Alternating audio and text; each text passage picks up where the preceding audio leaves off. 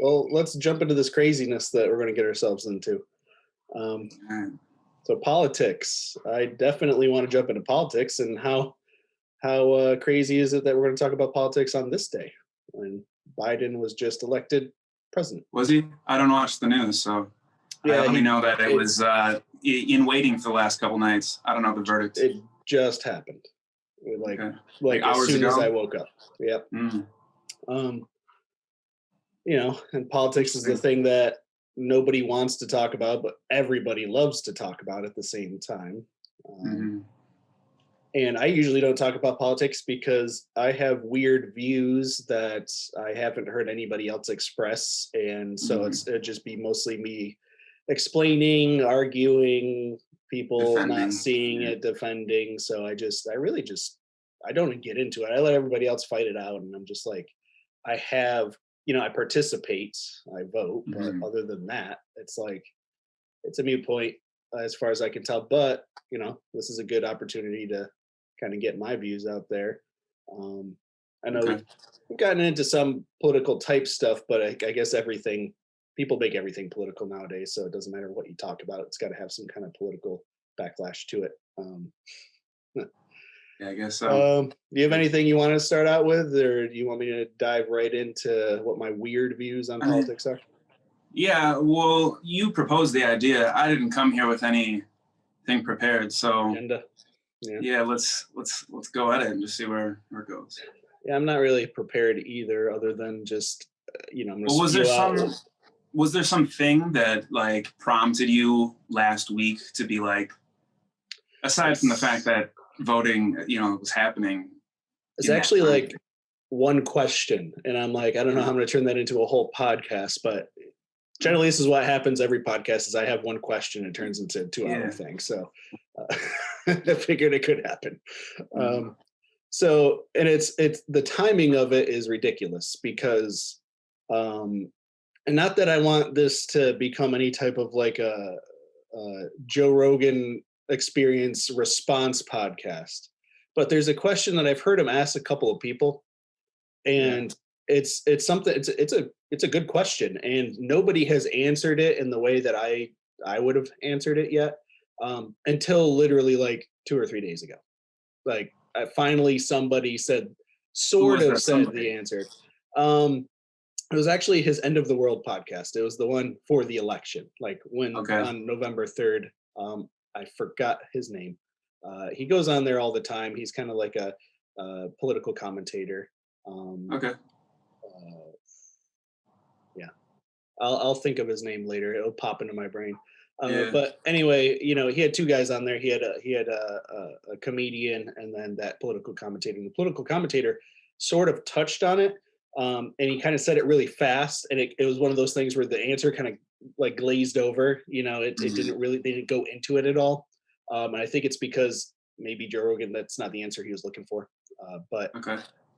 The question was, why are cities mostly Democrat and liberal, and why are rural areas mostly Republican conservative?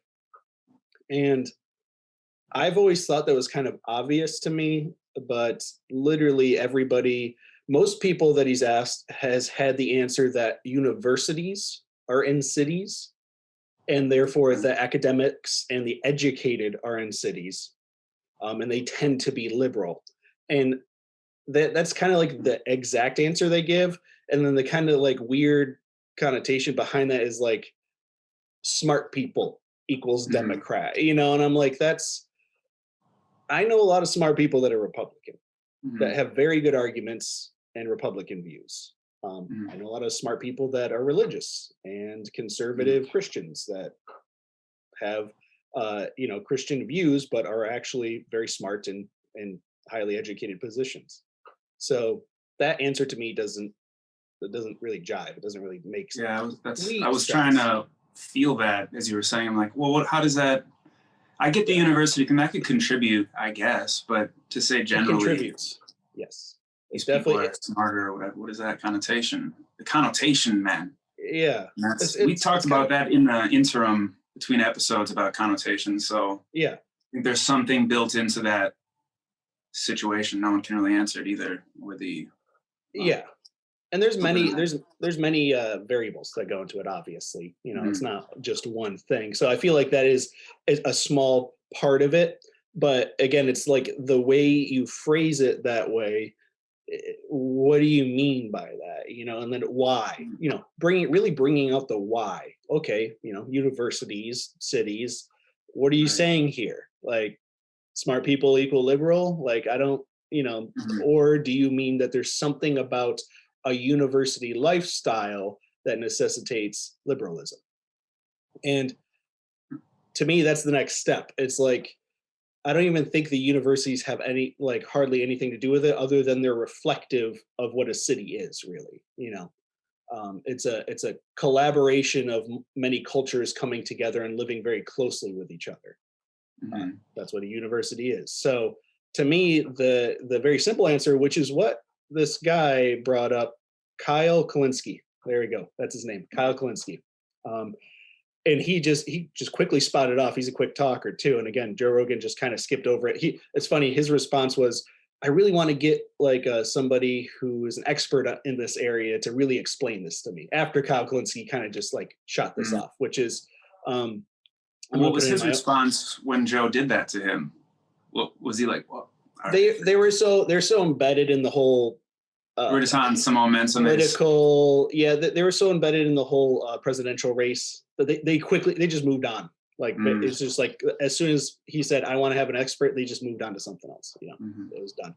But so his response slash, I'm going to paraphrase and just put it in my own words, is that um, when you're living in a city, you're a bunch of humans living right on top of each other, literally right next to each other. Like, humans are what you have to pay attention to the most. And if you think of all the different types of humans and all the different behaviors we have, we're pretty chaotic and sporadic. Like, there's different Mhm. people clash all the time, obviously. Like, look at all the Right. division that we have nowadays. So you have to have All the time, yeah, all the not just time. nowadays. Yeah. Yeah, that's true. Um, so you have to have rules to keep Mhm. people in order. And you also have to have, for those rules to work, you have to have this mindset of, I'm willing to take care of the person next to me. Because if everybody around me is in chaos, if everybody around me is killing each other, right? Um, that's a bigger probability that I'm going to come into harm. So I want my environment, which is mostly people, to be in some type of order and for everybody to get along. And so I need to help my fellow man and to overcome our living situation. So you have this more like liberal kind of like, help each other, everybody together type mindset. And when you're living out in rural areas, that Mm, is more of like, my neighbor's 6 miles down the road. yeah. I, like, I don't really need the rules of imposed on me, because I hardly have any human interaction, and all I care about is my land and where I am at and my family Yeah. and how I'm going to eat the next day and all that. So it's like, I need my freedom. I don't want government. I don't want rules. Conservative. Right. I'm in the city, and we're working together, and to get where's their food coming from, where's this coming from. I need liberal mindset of helping each other out. But this whole thing is like backwards, though. You see, because cities do have those rules to bring about enough order to keep it together, but usually those people, they're not taking care of each other, next to each other, on top of each other. And Mhm. then you have these other people that don't even have to necessarily worry about the other person as much, or other people. And yet I bet you, when you come across that neighbor that lives 6 miles away on your tractors, you're super duper friendly. You know what I mean? Even more so, Yeah, you would put yourself out there for that person in that kind of community. So yeah, man, that it's like built in backwards, so that exactly. someone who's for a liberal, they're gonna. And that's another thing I wanted to stop on this too, is that somebody said this answer the way that no one had said that you thought, and that Joe Rogan, his response to it was, I'd like to talk to an expert. Is that mentality? Is that there's somebody who knows more than this answer that you just gave me, that I just heard, but I didn't hear it because you're not the expert. And it's just backwards, because if he listened to that guy not caring about expertise, then he might have caught that and not needed anybody to tell him anything. Exactly. So, yeah, it's And- all and- backwards, dude. It's backwards. It actually makes sense that way, because the rural conservative goes, I take care of me, myself, my family, and I'm going to give you the shirt off my back no matter who you are. I don't need government telling me to do that. Mhm. That is how it should be done anyway. Like, there's no need to impose some kind of rule of law to make that happen. Whereas the liberal, like you said, they're in the chaos in the cities. Most people aren't helping each other. They're distant. You're just another number walking on the street. Right. So then they go, no, we need these rules to keep the order because there's so much chaos around. So again, it's like that mindset of, I need the government to do it. That's why it goes into politics, liberal, conservative, not just humanness, And so that's kind of my answer to that question, which prompted me to say, yeah, I want to talk about politics, mostly to get to the answer to that question. But then I did get thinking about, like, where do I lie on that spectrum? Like, I get, if I gun to my head what I would call myself, I'd call myself a centrist. Really, that usually Which votes is what? It's like, so historically would mean that it's not the left-leaning policies, the right-leaning policies. Generally, the answer is somewhere in the middle. But I wouldn't even focus on that. That's not that. Again, that's just a piece of the puzzle. That's not even the full story. Mostly, I believe that it just feels it goes with everything that we've said here so far. Everything I've said here so far. If you imagine the wave, it's like, Republicans on one side of the neutrality line, Democrats on the left or on the other side of the neutrality line, and then in the middle would be neutrality, which so it's somewhere in the middle.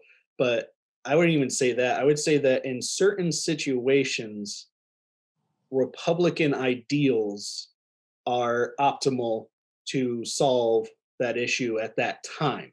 That issue, that one thing at that time, in that instance. That doesn't mean in another instance, the Democratic ideal wouldn't be the thing to solve that exact issue in a different time.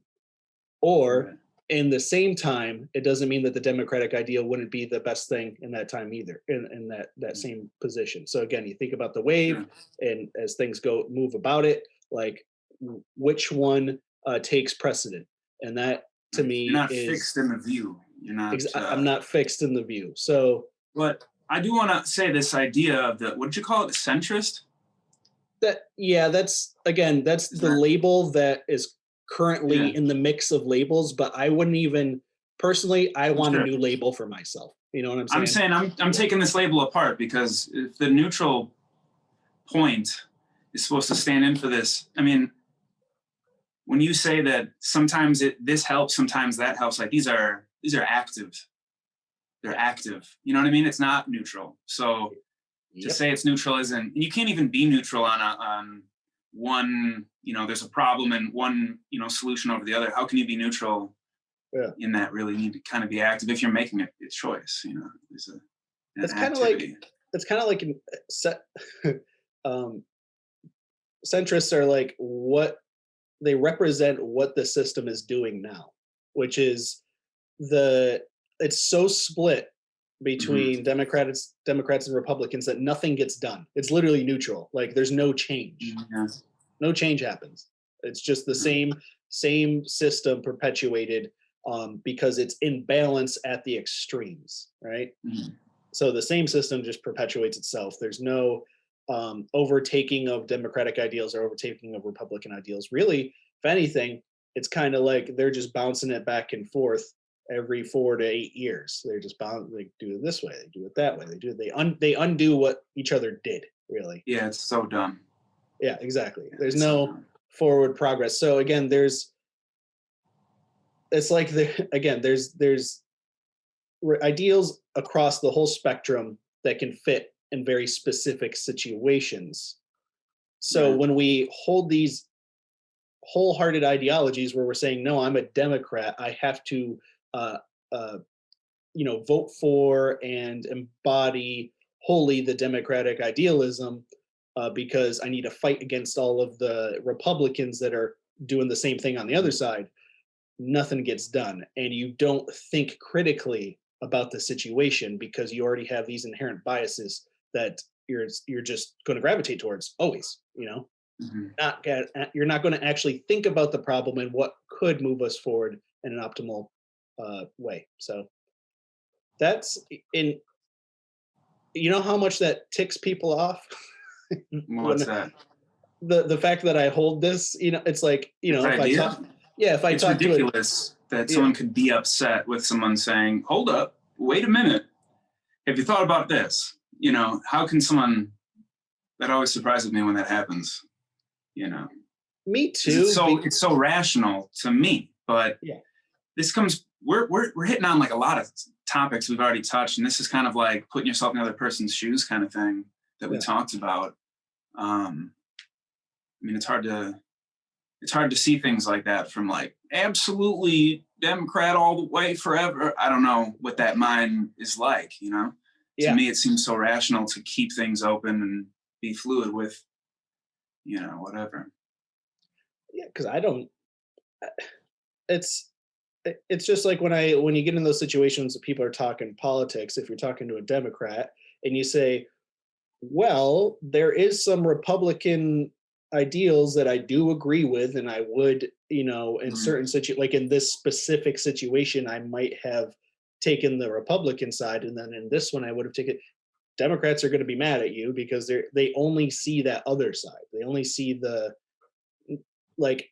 I have already reasoned out that the Democrat answer is the answer. So for you to say that there's any room for the Republican to be the right answer is just outside Blasphemy. of their current paradigm, and it is really hard to straddle both lines because they're contradictive. They usually lead to some type of paradox, and you go that means that it's not that you have to choose. If there's a paradox, I have to choose a side because you can't just live in the paradox forever. And it's That's like like we've always talked about. active. Yeah. Yeah, you Right. can live in the paradox while still making choices. Mhm. It's possible. You could make a choice while still knowing that the other choice could have possibly been equally as valuable. Mhm. And you just but you have that end goal, you have that sight in the distance that you're like, I'm trying to work towards that. Maybe this reasoning will give me a little bit more of an edge towards that end goal. Like maybe, maybe the other one would have.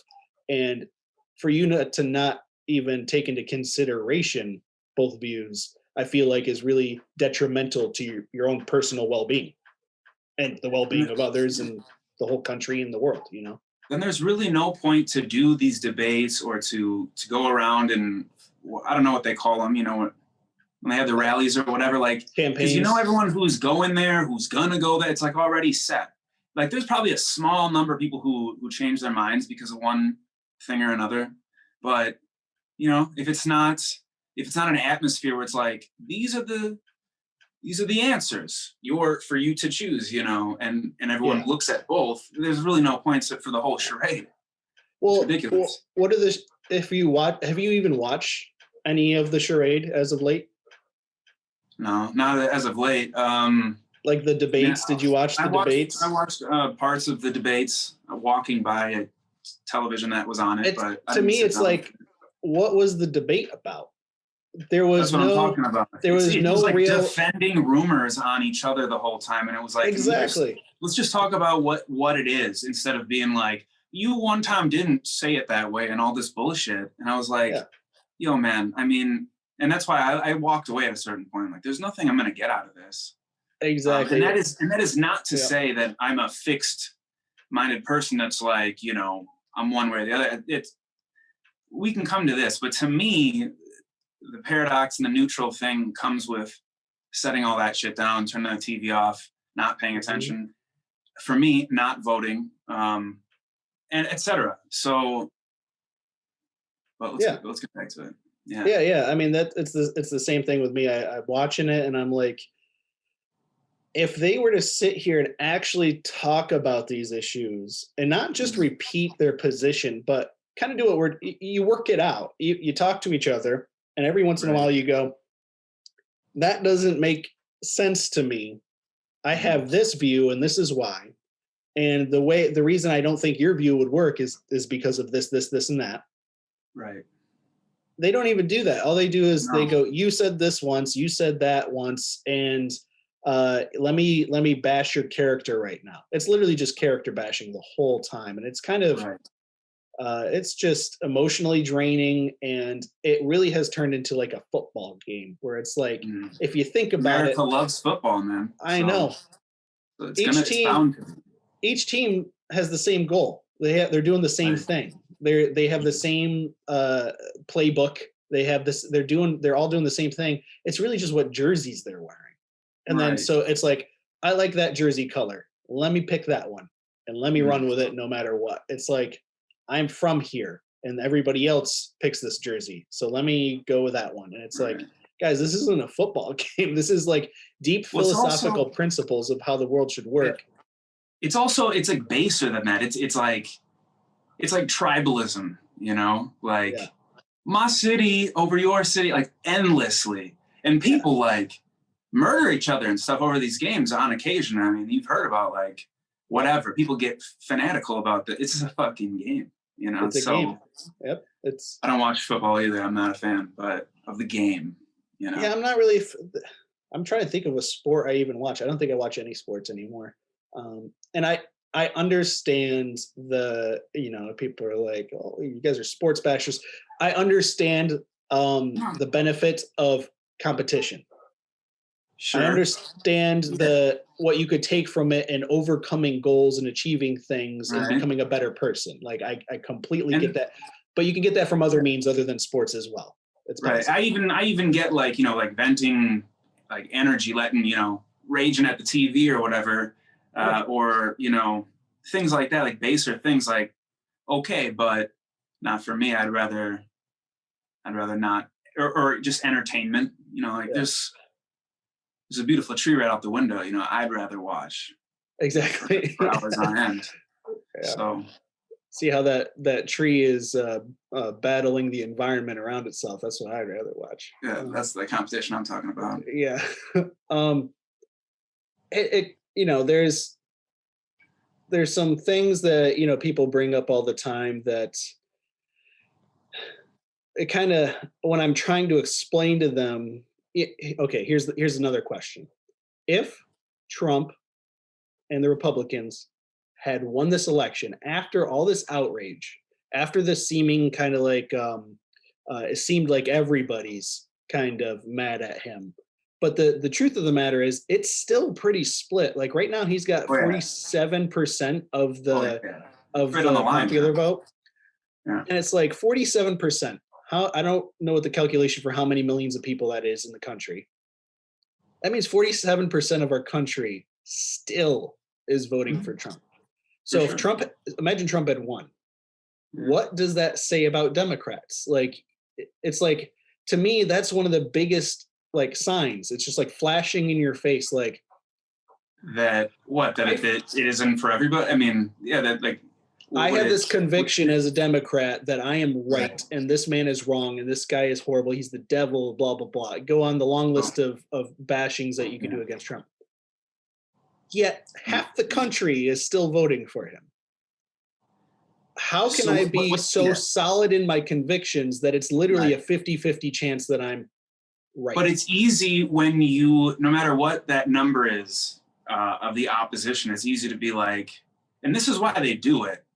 Okay, and just bash a person or those you know, evil people or what, you know, whatever word to make that whole thing like no in their mind for the moment, to stop them from realizing that like, wait a minute, half of the people, you know, all the implications that could come from that pause, man. It's always that pause, but That's what it should say. It doesn't say that, No, it doesn't say that. no, and you know, eventually, I hope that many people kind of come to that realization. It's just like, how are half of my fellow neighbors? And it's easy to overlook because again, when you're in cities, you're surrounded by what seems to be 100% of people are Democrat, right? Mhm. And then, but when you go out to the rural states, you're like, oh, these people just don't understand because they don't talk to each other. They're not. It's like, no, you may not understand because you're not living the life that they're living, and they don't Mhm. understand because they're not living the life that you're living, right? And it also there's a thing, and the reason I brought that up is because there's another point within that, which is I have friends, I have a lot of friends and a lot of family that are very adamant Trump supporters, very adamant Republicans. And honestly, you could put a donkey as the Republican candidate and they would still be at the rallies holding up signs, donkey for president. And this is what I was trying to express to some friends and, and people I'm close with, where it's like, how can we stay friends with these people, connected with, that whole mindset now that people are kind of giving off of like, drop your Republican friends because they're obviously racist and bigots and Yeah. blah blah blah. That's the stuff I'm talking about. Yeah. Yeah, and there's some of it where if they've obviously been racist in their life and their conversations and they actually even own it, like sometimes they even own it, man. They go that far. Yeah. I can have that I can think that way, okay? You But can say that. you can say that. But I know some very close friends and family that Mhm. are literally they just have that competitive mindset. They could again, they're deeply embedded in idealism. They're deeply embedded in ideology. It doesn't you could put that donkey as the forerunner of a Republican Party and they wouldn't care. They're going to go for the donkey. It's not even about Trump himself and maybe it is because there is some kind of he's got the competitive mindset. Trump is the Mhm. competitive man. He is the guy that roots for the football player. So it's like Right. this is the guy that I want. And it doesn't even really have to do with the arguments themselves. It just has to do with Well, the competition and they want to win.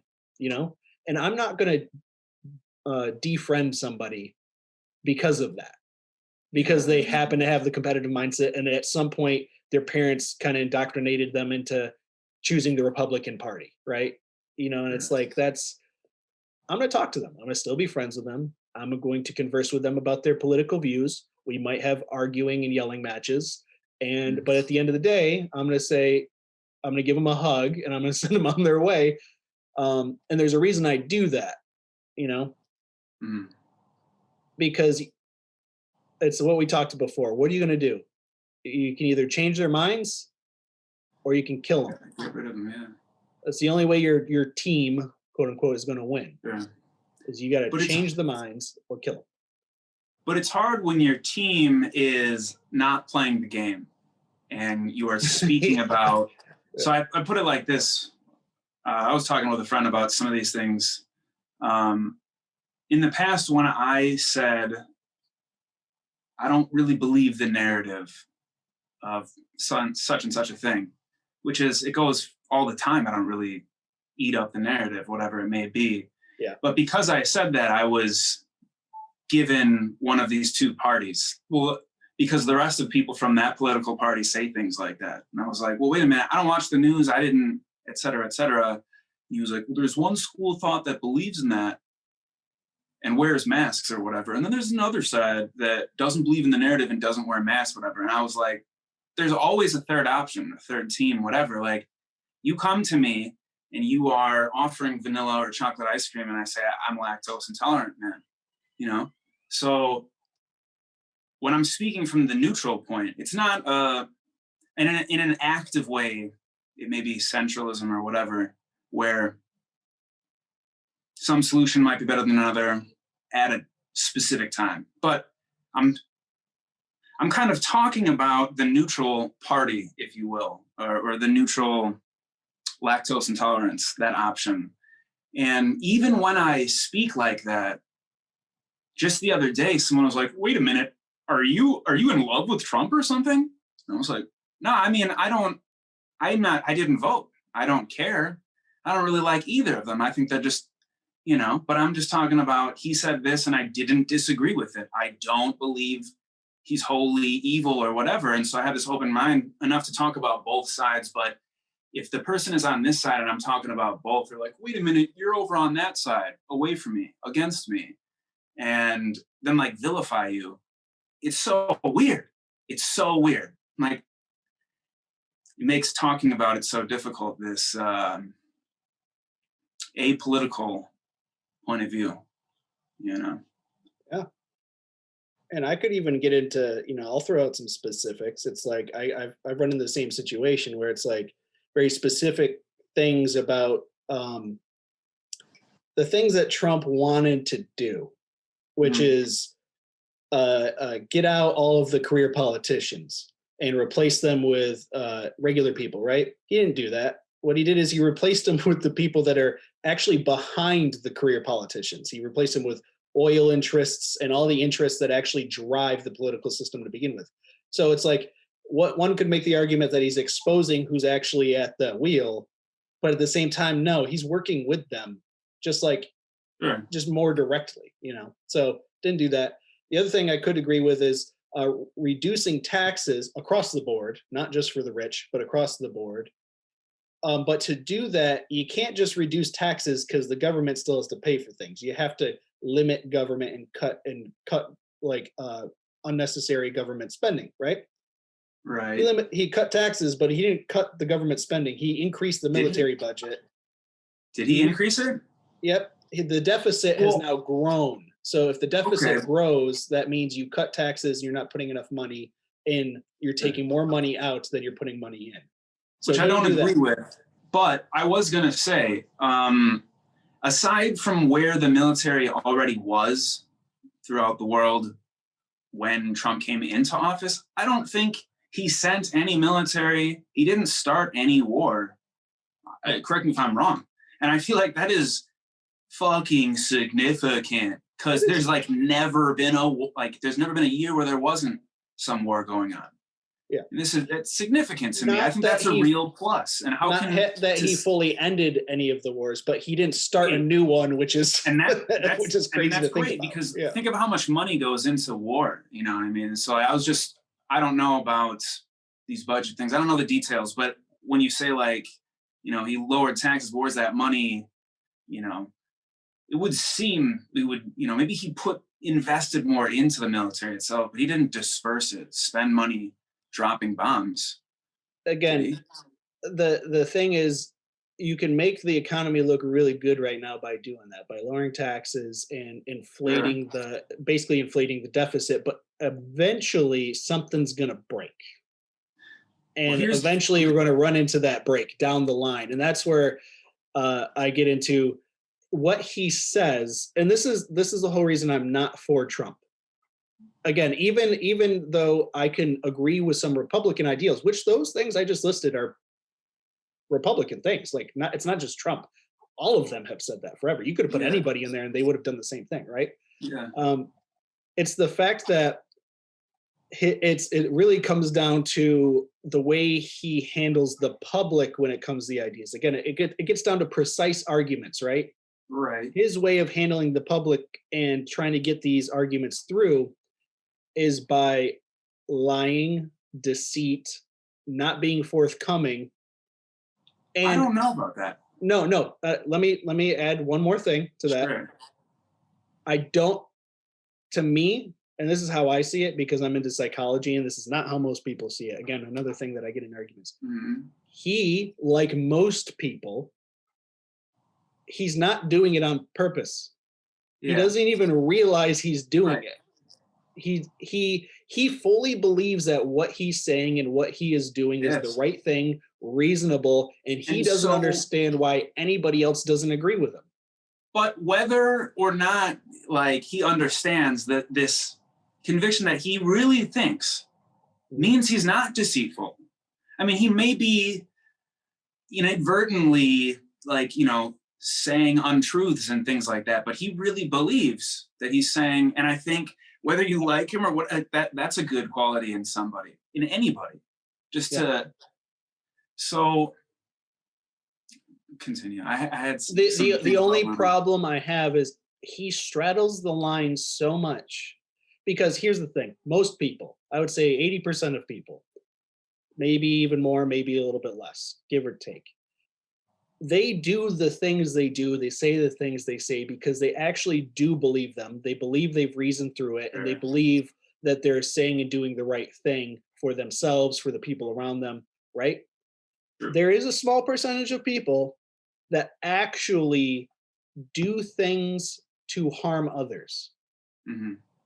And then there's kind of even in between that where it's like people that are doing things to harm others because they believe it's for the greater good. It's kind of like telling white lies to have something good happen, right?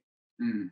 I don't know where he falls on that spectrum. It's very hard to tell. And that's It where it's is. like, even I understand each person in each of those positions, right? Even the people that want to actually just inflict harm, the people that want to watch the world burn, that want to erase the human race, people like that, that literally just want to inflict harm because they, Mm. again, they think that's the reasonable way. They've reasoned that out in their mind, right? So I understand each of that. What I don't want is for a person to be anywhere on that end of the spectrum as president. You can be Well, that person. I just would rather not have a person anywhere near there as president. sure. Well, I think we're moving closer to this one point. Before I go into that point, though, I just want to say about like the deceit thing. And again, like I don't know whole stories, so I peek my head in and just listen to like one little thing. But there was a week where I heard a lot about people really wanted Trump. Like, do you support white supremacy? Yes or no? I wish he would have just been like, no, again and again and again, forever. Just continue to Yeah. continuously say no. But he didn't. He kind of like he left like an ambiguity there that people were like, see, who wanted to. And so he could have just shut that down right away. But what he did, he thought, again, he was doing the right thing. And like, I think it was good for him to say this. And like, he was, these people that would ask him this, he'd be like, well, you and your people are fake news or whatever. And whatever I say, you'll just spin it, which is true. Like that shit is happening. So, because you can look around enough and just see, the opposite point of this rumor, this claim or whatever. You can find this shit easily. So, like, I understand why his response was like, I'm not even going to dignify that with an answer. You can look in the past and you can see where I said I don't condone it. And like it's not wrong to say that, but in that moment, he could have just been like, to put it to rest, So, but it's going on both sides, is what I'm saying. This whole charade. Yeah, exactly. So, and I just want to say something to that. To me, he has denounced it in the past, but the problem is that there's always a kind of like a little caveat afterwards. Like he always extends it into something else. And honestly, just shut up, dude. He should exactly. He's just you're making your point weaker by doing that. Exactly. He thinks he's good at it, and I would actually condone extending. There is nuance to the situation that does need to be talked about. Like you said, he does need to expose these issues. He's just not that good at it, so he should just dial it back. But the thing is, he does.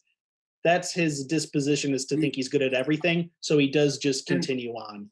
And it's taken for granted. We knew this about the guy. He's been in the public eye for decades or whatever. But and I would accept anyone's reasoning, like this guy is not qualified as, he's not even a politician. I would accept that argument. When people were saying that in the beginning, like that's an acceptable reason. Like he doesn't know anything about politics. How good could he be?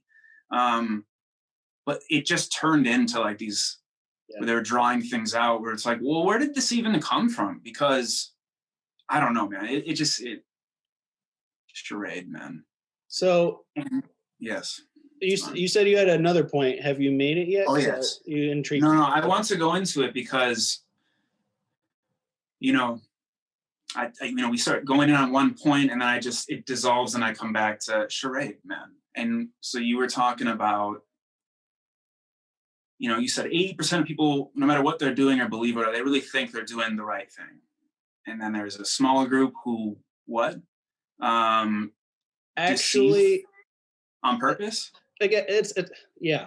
So I want to know deceive. how you had 3 categories, but I wanted to know what the middle one was. I know what the 2 poles are, but what's that middle one? What's the distinction? The middle one was deceive on purpose because you think it's the right thing. Like you think it's going to serve a greater good. So there's people that may deceive, but they don't even know that they're deceiving. There's people that. Well, I think that falls into the first category of people who really believe something they may deceive without knowing it. So yeah, well, I'm saying people deceiving without knowing that they're deceiving. Then, which is most people. Then there's people that know they're deceiving but think it's for a greater good. And there's people that are deceiving just to simply because they want to deceive because they want to inflict harm on others. Okay. Now, I think those 2 latter ones, I mean, you have 80%. That's basically most people. Or whatever. We could probably make it bigger, too. I mean, 90%. Yeah, like I said, plus or minus. It could be 99%. And then these 2 types of characters, taking those 2 types and making them one type and just saying that they fall into this 1%. Some of them deceive, know that they're deceiving, and they think it's for the greater good. Some are just, pure evil or whatever. So this is where we turn in, is when we texted between episodes, and before we even get here, did we talk about those podcasts last time we had a podcast? Either the Kanye or the Alex Jones one on air. Did we talk about that? No, we didn't at all. You wanted to, but we never actually got to it. All right. Yeah, I think, it's because the turn in is towards conspiracy, and that's what I mean. Like, there is a big charade. I think the people in those, in that 1%, keep the charade going for the rest of us, right?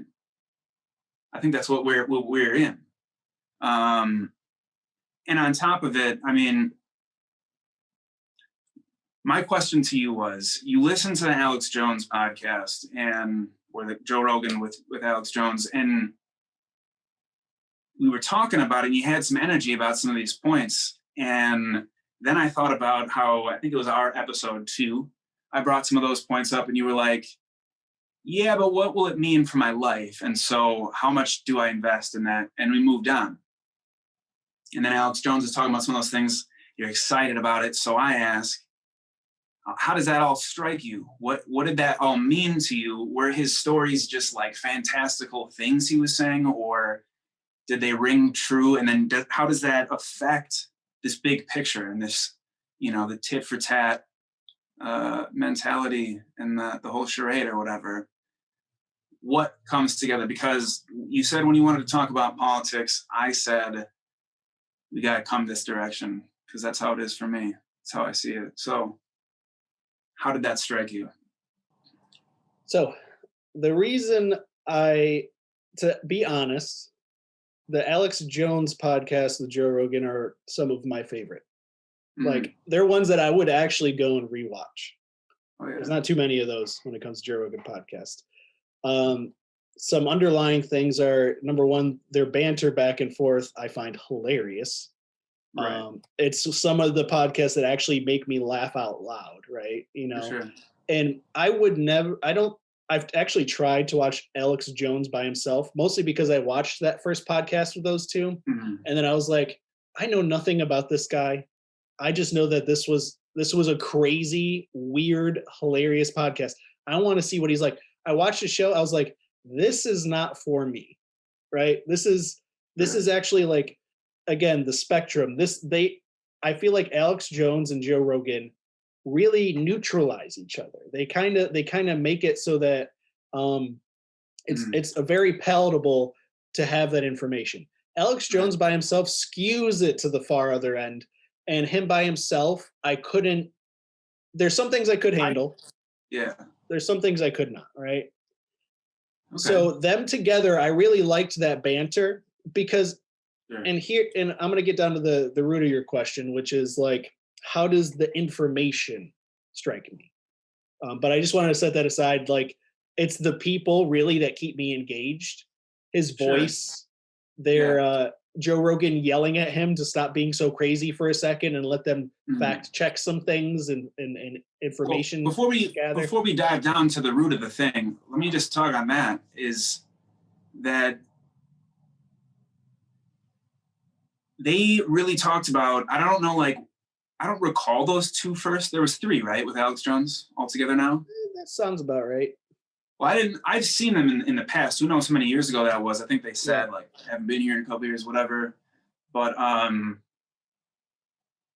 don't know. They were like really on him about like, well, hold up, we got to fact check that because we know in the past you can just, you know. And he always said like, well, there's so much going on that.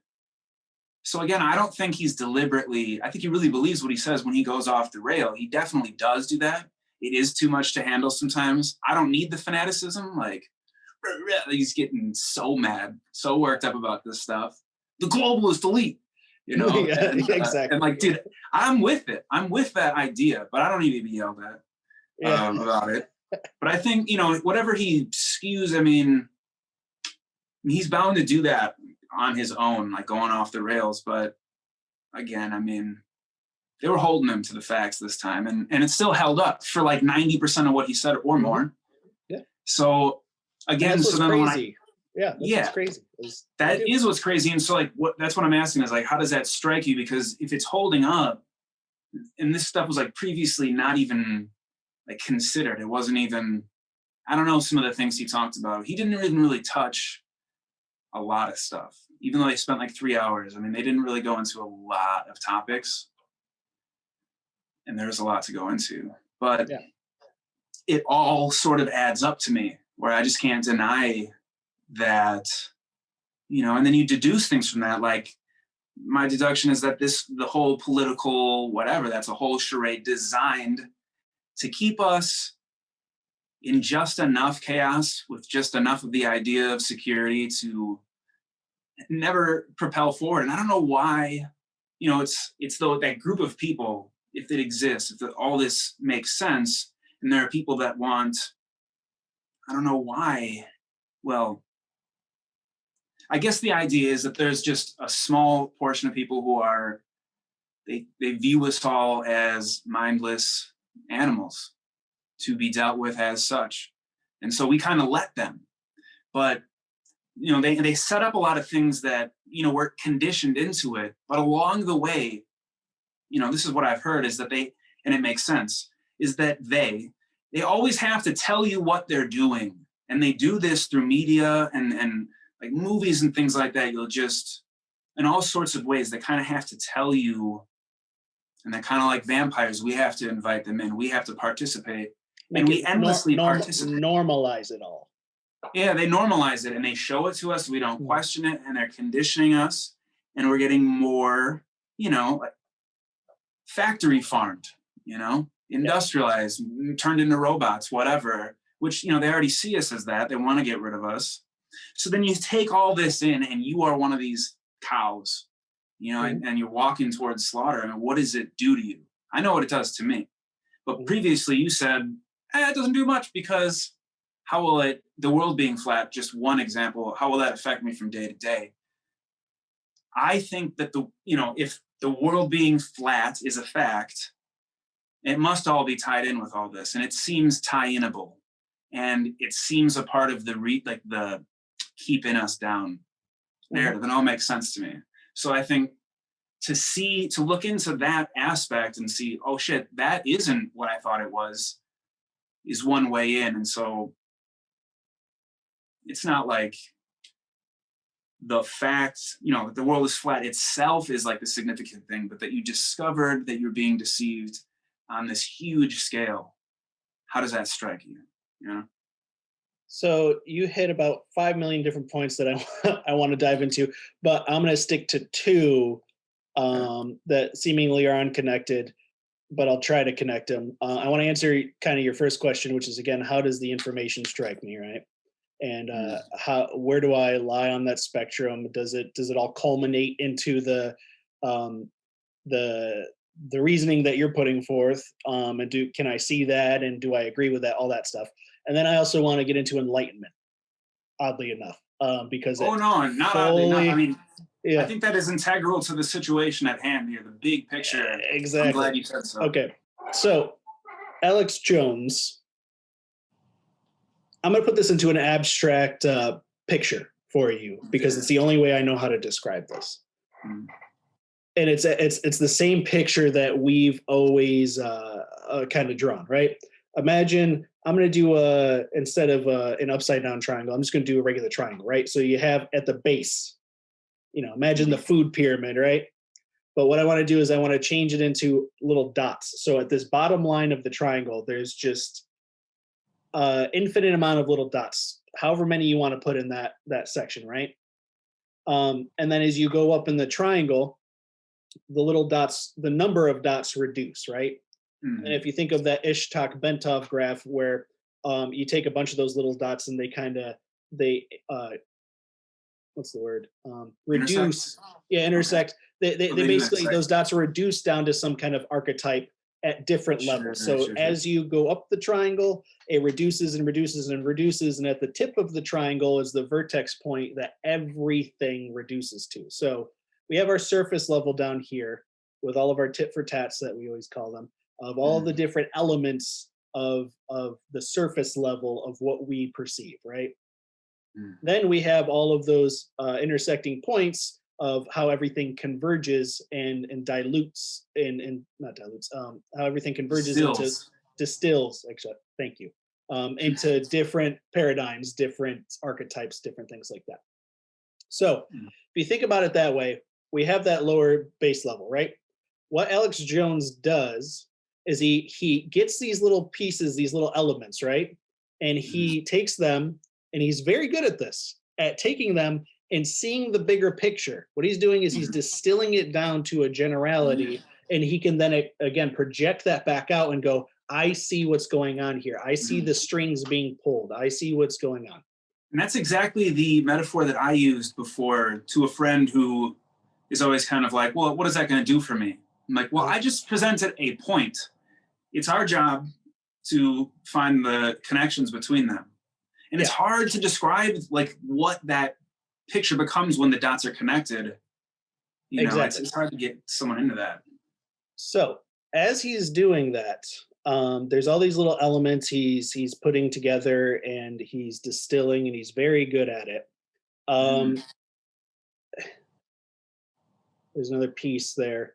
So he's distilling all these elements together. He's finding these archetypes. He's reprojecting out onto what? Oh, it goes back to one of our other podcasts where you were asking me about facts, and we're talking about truths and how that. And I said, to me, it's all about the intent. That's what I'm focused on, because the intent gives us the driver of where this thing is going to go into the future, right? That's how we project out into the future, is what is the intent? Where is this thing going to go from here? There's the facts and the truths of the current moment, but what does that mean? What is the meaning behind that drives it and becomes something else, right? Because that can give you a direction, right?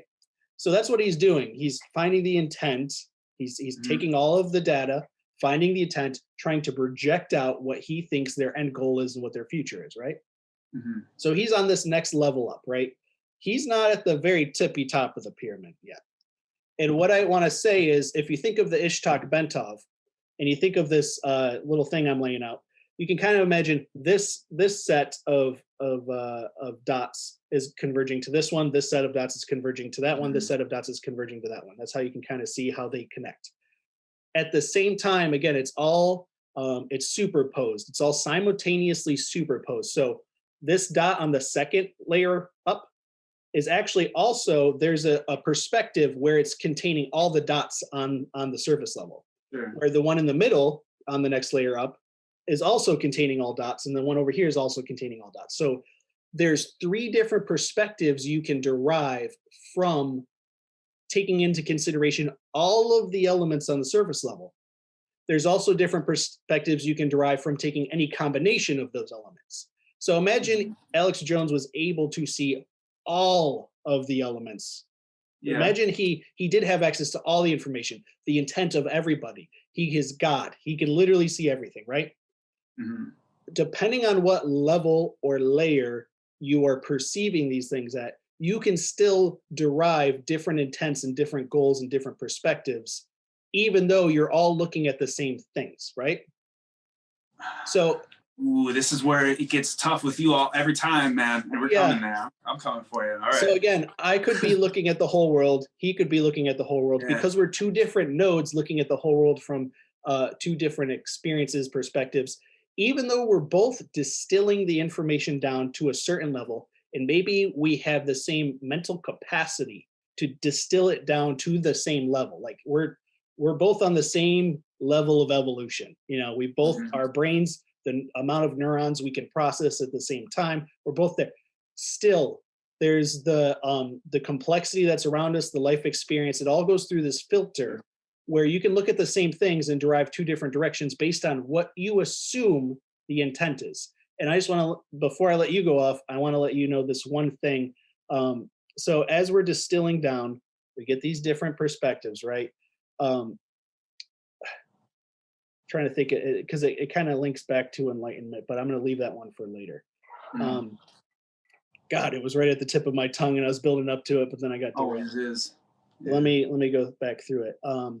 So depending on the level and what you're looking at, you can see all the different things. It's gone. It'll come back to me. Well, because we have different variables, we would still, from the point of the essence, be able to see different intentions, is I think what, in other words, what you were saying up to that point. But I've asked this before, and all right, this comes back to what we were talking about in the last episode of frequency and vibration and things like that, is, so, like, yes, I know what you mean about how, this happening, this phenomenon looks like this. Even if you get all the dots on this level to agree on it, meaning all of us in the world to say that happened, there's still a different way to see the reality at another level. I agree with that.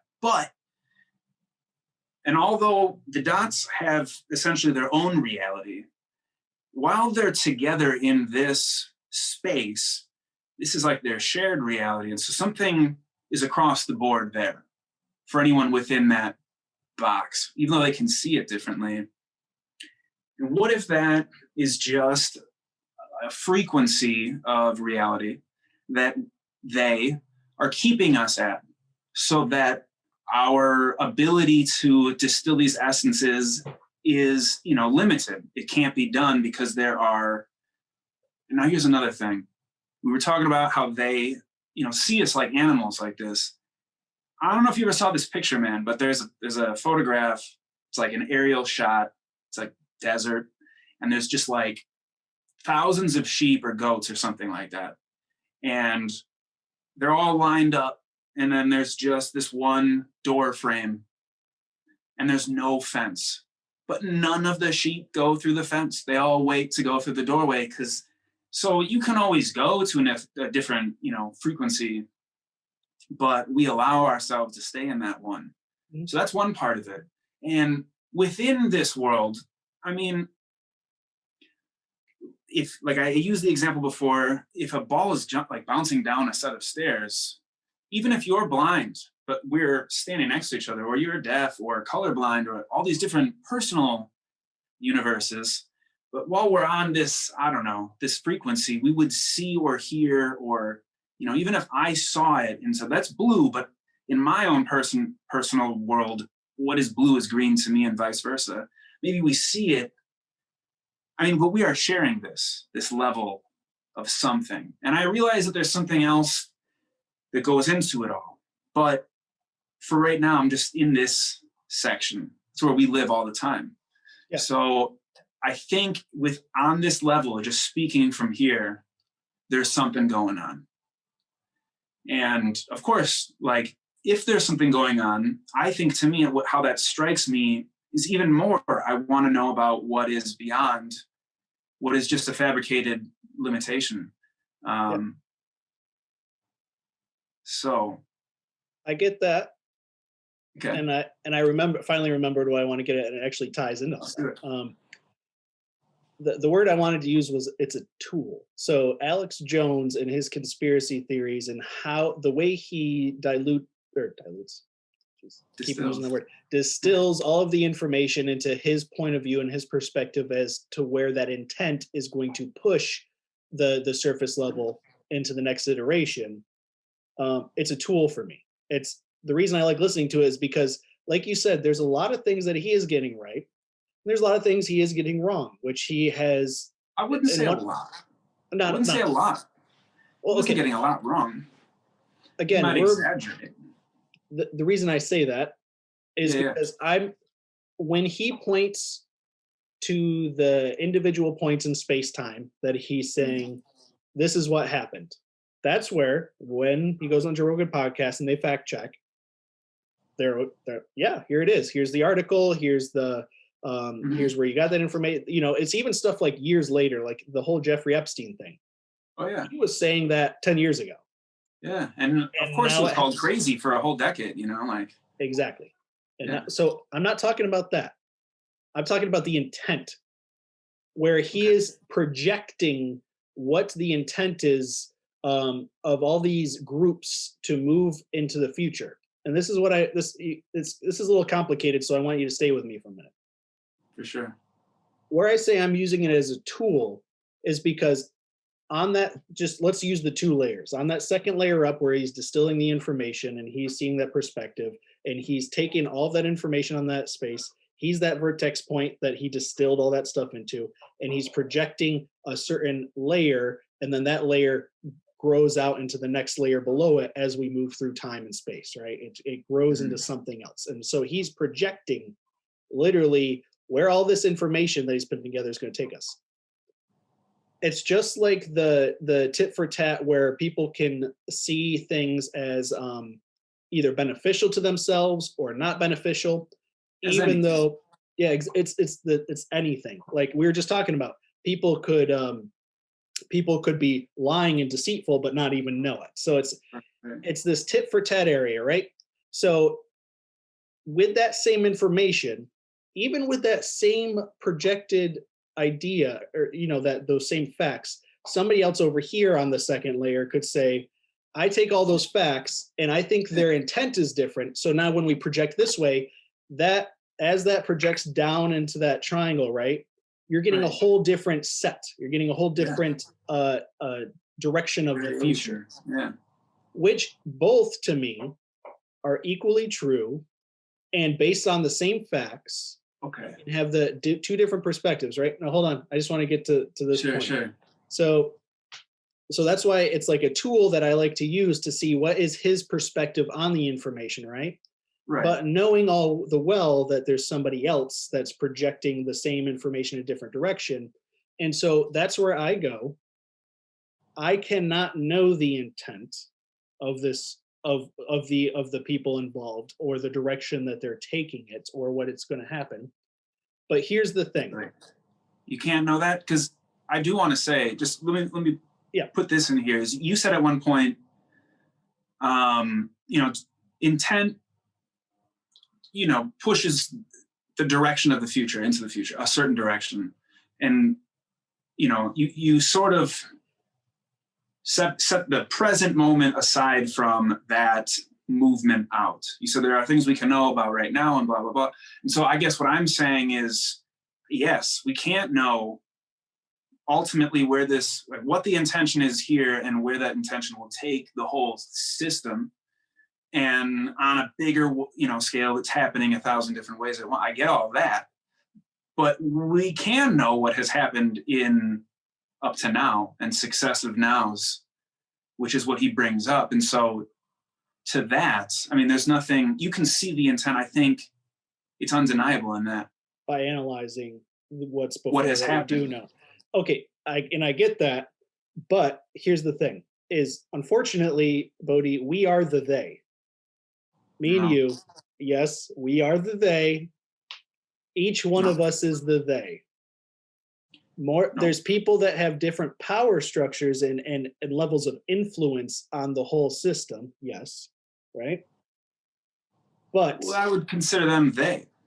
You would consider them they, exactly, right? Yeah. But within the they, there's multiple people with different intentions.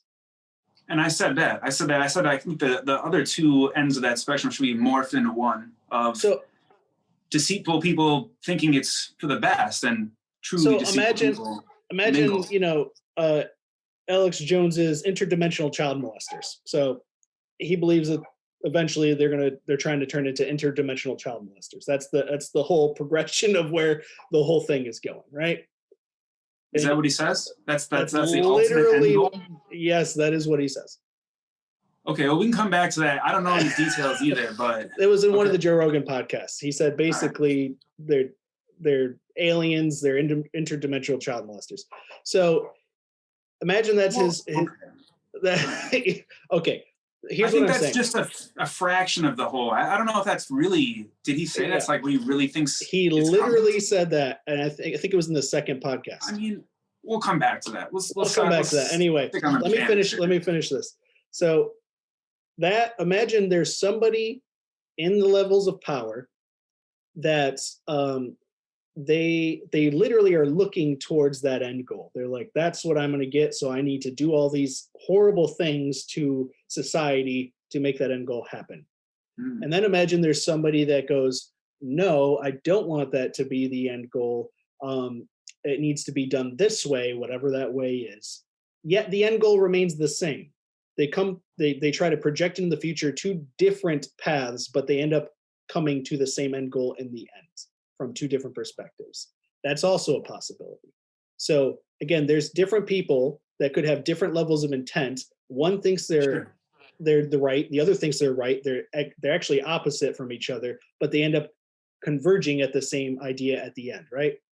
So all I'm saying is that there are people, like you're saying, and there are people that are the opposite of that are also pushing in that direction. And then there's a whole opposite direction that the two sides are also pushing towards. There's this whole soup. Yeah. There's a soup of people. Yeah. And that's what I mean by we're the they. And no, we're the we, man. We are the we, and they are the they. We're the we, we're also the they. Okay, I'd like to keep them separated. Because you can keep them separate. Go ahead. I'll let you go. For the sake of argument. Yeah. But yeah, I know at the end, at the molecular level and the whatever, I get it. We're all the same soup or whatever. But there's just so much involved. I think, okay, have you ever seen the movie Rat Race? Yes. Like Mr. Bean is in it, and like just a slew of people. I've seen it. It's one of those movies that was always on TV, so I've seen bits and pieces, and I could actually put it all together at some point. Right. So I mean, there was this thing going on. I don't know the whole plot, but what was going on is there was a race. It was a bunch of the we were given these golden tickets. A group of the we. And they were putting this charade on for them, and they had to go, it was like a treasure hunt or whatever. They had to go find money, and they could keep it. And meanwhile, behind the scenes, there were just all these billionaires hanging out in a room together like, I bet you that guy's going to win. Nah, I bet you that guy's going to win. That was what they were doing. And I think that's kind of what's going on, in a way, simplified. Have you watched The X-Files in your days? Twice. They always show the they, too. And there's the smoking man, who's like my archetype for the one who's doing evil shit deliberately and doesn't care for his own agenda.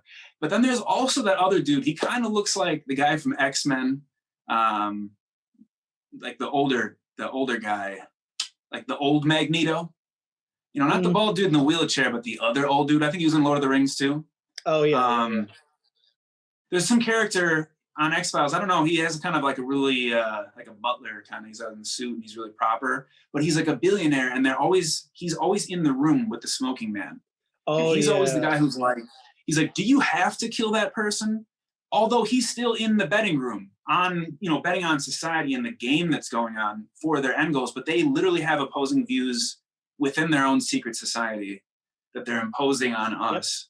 And so I think that goes into the structure of like, they're showing it to us, but we have to engage in it willingly, which we do. They give us incentives. They built the whole society. I mean, some people have said things like, those people in that one tiny percent are have been in power, powerful like bloodlines, all the way back to Babylon and this and that or whatever.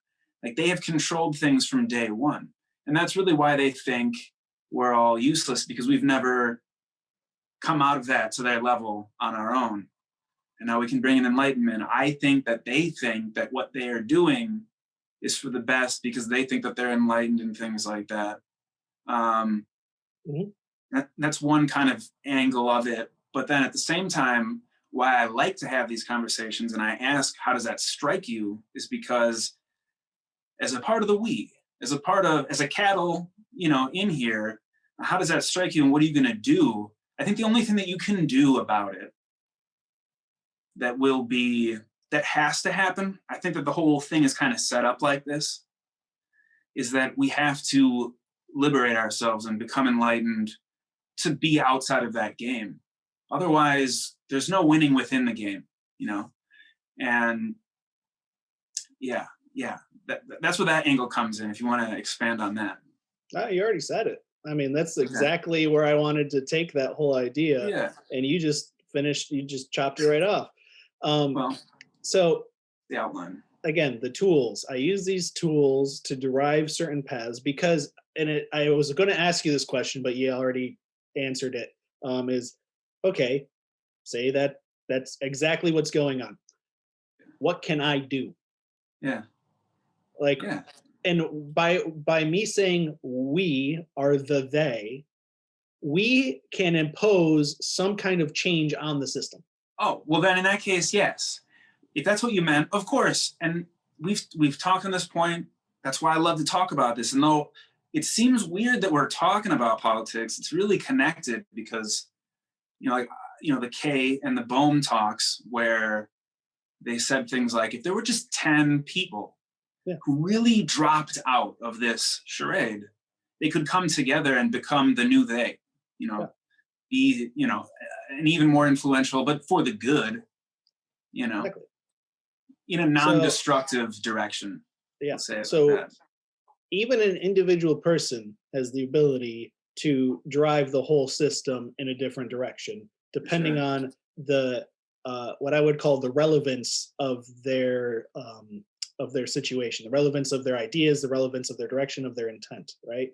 Mm-hmm. If something is seemingly more relevant and is potent enough to show everybody within the system that this is the optimal direction through more precise arguments, more precise language, then one individual does have the ability to drive a whole direction of people. And we've seen that throughout history. It's been proven many times, right?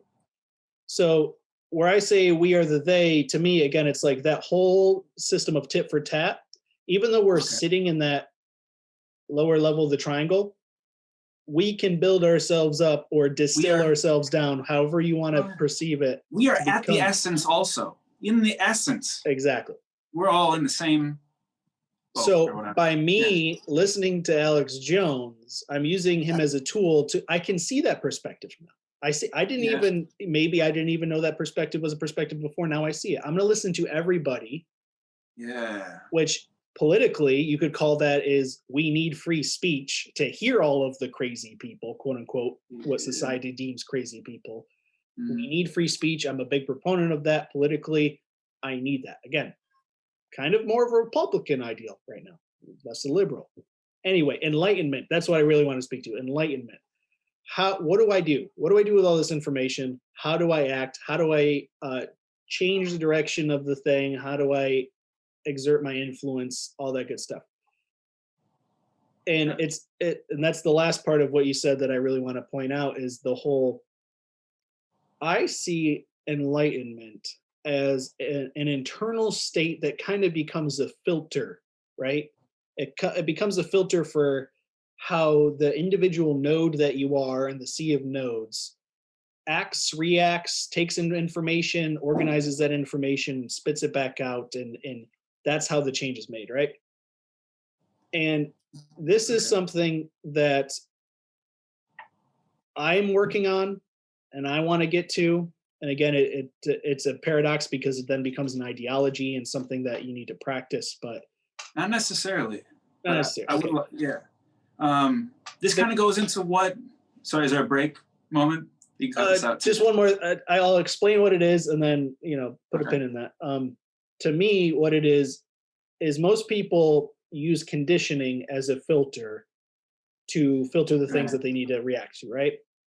What I like to do is to be completely and utterly open, and it's almost like my filter isn't catching anything, but it's absorbing it in a way, but then it kind of just makes it disappear, and it becomes a part of the whole, right? So it's almost like, the way I like to describe it is, if somebody's angry at you and maybe they're jealous, maybe you've done something they think is wrong and they're angry and they're yelling and stuff, right? Internally they feel this kind of friction, this like negativity. They feel bad. They don't even know that they feel bad. They're kind of in this emotional state where they're angry. They're not even thinking about the fact that this anger inside of them is like churning the inside of them and making it's like a negative state, right? Right.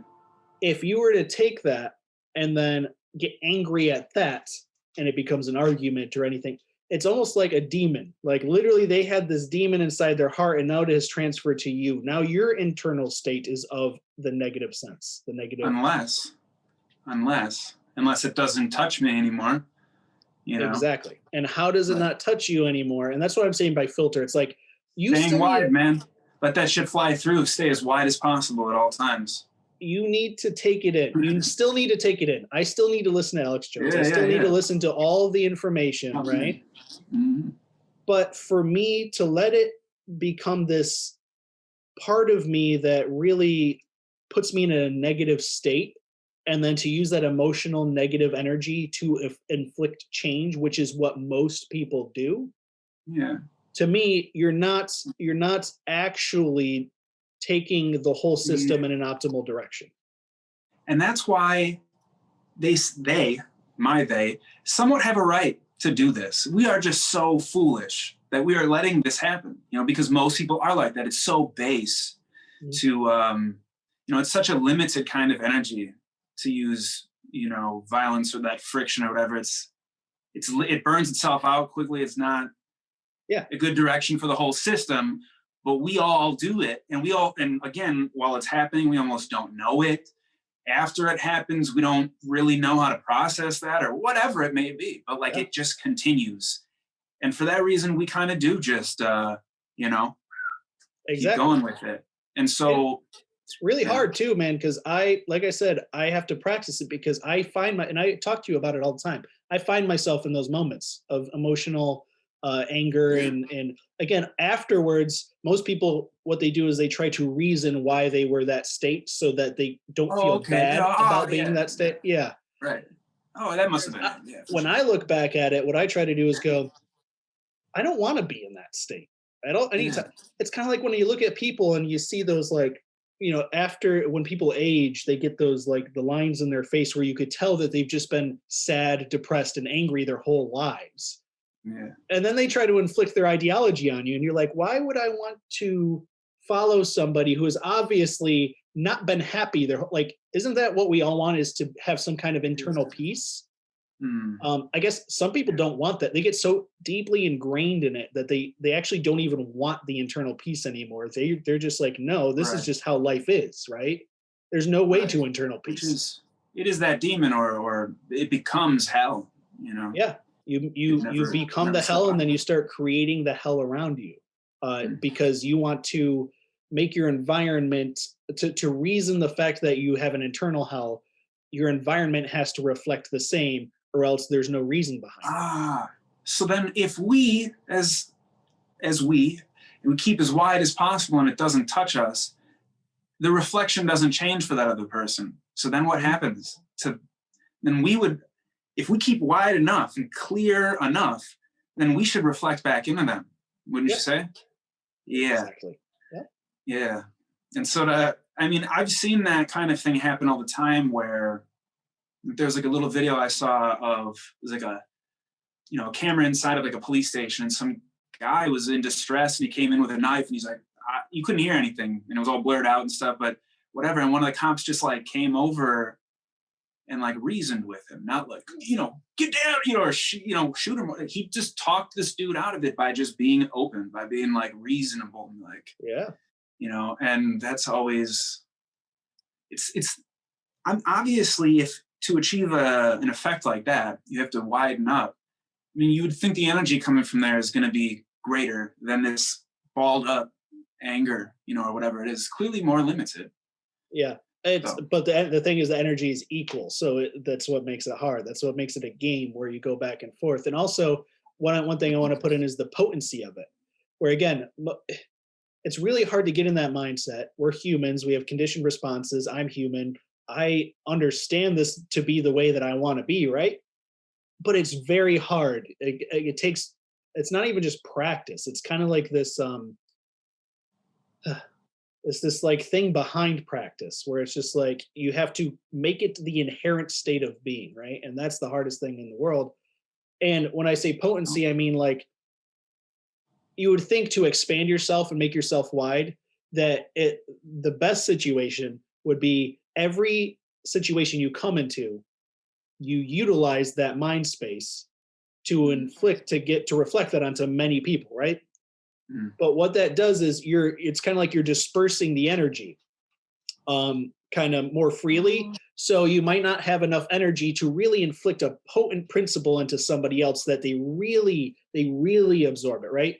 So then there's the opposite where you're speaking to one person and you've kept quiet for so long, you've built up this energy for so long that you can very potently inject the idea into somebody else so good that one person changes, but you're still in a sea of people that are the opposite that you need to reflect into, right? So there's this balance of where it does become 50-50, where it's like you can inflict potent change on 50% of people actually change their mind. The other 50% just kind of walk around and go, nah, that guy's crazy. So it's this, it's always a balance where, as we talk about, it's like, how much change can you actually inflict with the amount of energy you can put into? And the last thing I want to say to that is the more you work at it, the more energy you have. It's just like working out. The more you work out, the more energy you expel, the stronger you become, the more energy you can retain, the more energy you can put out. And you just keep going and going and going. Right. Energizing. That's why it's the opposite of that limited energy that burns itself out. This somehow makes more of itself, creates its own momentum. And so that's where the political spectrum, if you stay in that moment of being able to recognize that the tit for tat is not it's opposing, but at the same time simultaneously superposed over that, it's actually the same direction. And so when you can start to embody those paradoxes and live in that paradoxical kind of infinite space and not let these actually, I like the term, somebody used it on the Joe Rogan podcast, was mind viruses. These little mind viruses, these little demons to get into your heart, which again, it makes you inherently be against something, right? It's that competition mindset. It's that I need to be in violence because I so inherently believe that my ideology is right that I need to inflict it on other people. It's like, no. People need help growing into the optimal direction. You can't, when you say reflection, it's not a forceful reflection. These people just, it's like they turn on, it's just like, I don't remember the guy's name. They just, what? Come on, clap on light. Oh yeah, clap on. Yeah, they just, they realize these things within themselves. And again, that's what makes it so potent.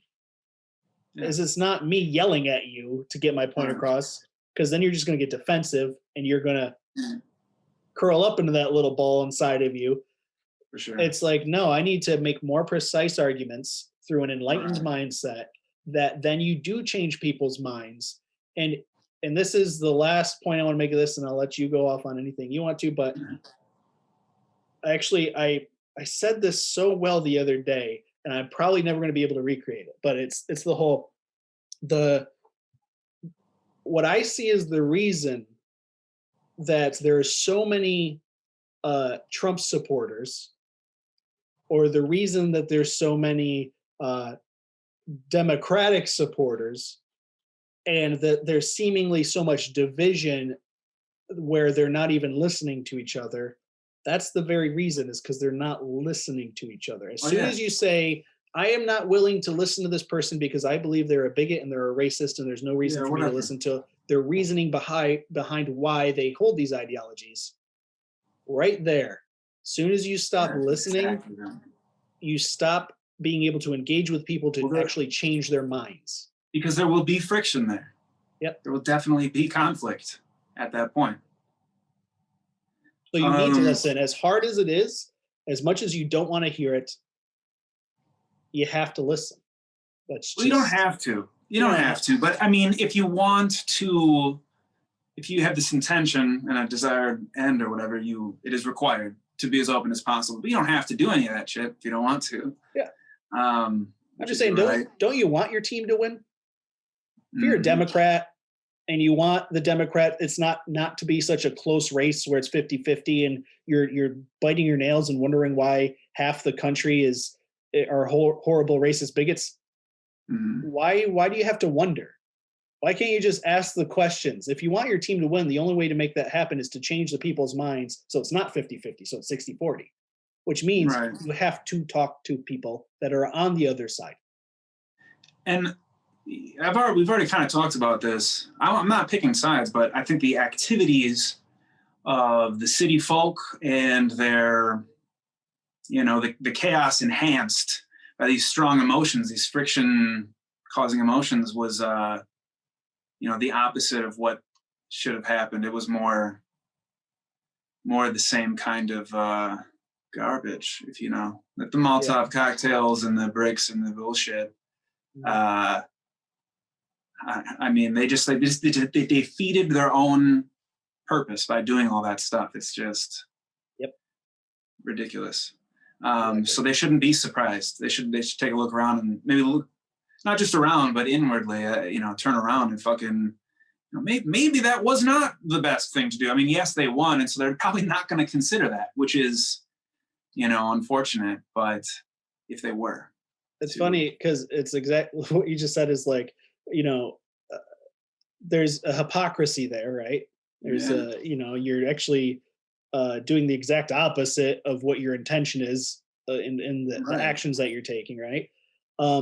And honestly, I don't even really denounce people that do that stuff if they actually understand their own hypocrisy. If they see the paradox in what they're doing, but they're choosing to do it anyway. Again, you live in that state where you recognize the paradox, but you still make choices, right? You have to make choices. Right. At least come clean about it. And like, I hate when people are just faking it, and they get into the tit for tat arguments where that could extend into infinity, and they think whoever lasts longer in this argument is the winner. And it's like, no, you don't understand that the reason we could go on forever and the reason you can even have that idea of whoever lasts longer is the winner is because this is a paradox that I can argue against what you're doing. You can argue against what my argument is, and we'll just go on forever. But the reality is the whole reason that exists is because it is a paradox.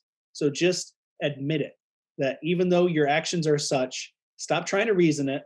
Right. Just know that it's a paradox, and fine, man, you made that decision, you made that action.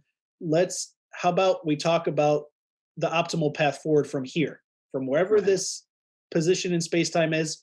What is the optimal way forward from here? Mm-hmm. Do you want me to talk about that? We can talk about that. There's so much that came up in the meantime. I mean, what would you do? What do you do if you're a cattle and you realize you're marching towards a slaughterhouse? What does that look like? People want to know that a lot. What does that look like from day to day? What's that like for you? Because, I mean, this is what I was going to, the subtle personal stuff, and trying to find a way to not make it so personal, make it more general here. But so, I mean, one thing about frequency, and I think this is super important. This is a firsthand account of a real science experiment going down with the body right now. I think, so I've not been eating any sugar for almost a month now. None. I'm talking like no carrots, no beets, like not even stuff you think is good for you. Not even that. No sugar. I've been wanting to do that for so long, and I did it for a little bit, and it was the best I ever felt. That's what I'm talking about. So, and why it's the best you ever felt. And so, I mean, I'm doing that because I have so many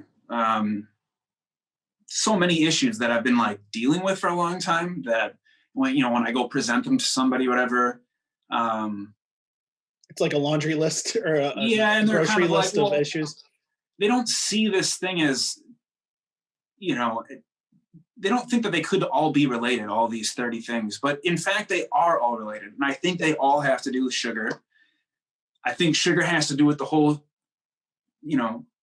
charade. And I think I was going to say this earlier about football. Like, I don't mind you getting your stress out on something or being entertained by something, but like at the end of the day, it's just another drug. And I think sugar, is like the number one drug, the number one thing that influences us in a not optimal direction, or however you want to put that. I think because it is everywhere. If you really try and you look at everything you're putting in your body, you are left with like a handful of things you can eat. Yep. And it is super hard at first. Like, it doesn't, if you're driving and you're hungry, like there's nowhere that you can really stop to, even if you find a grocery store, it might be hard to find those certain things at every grocery store.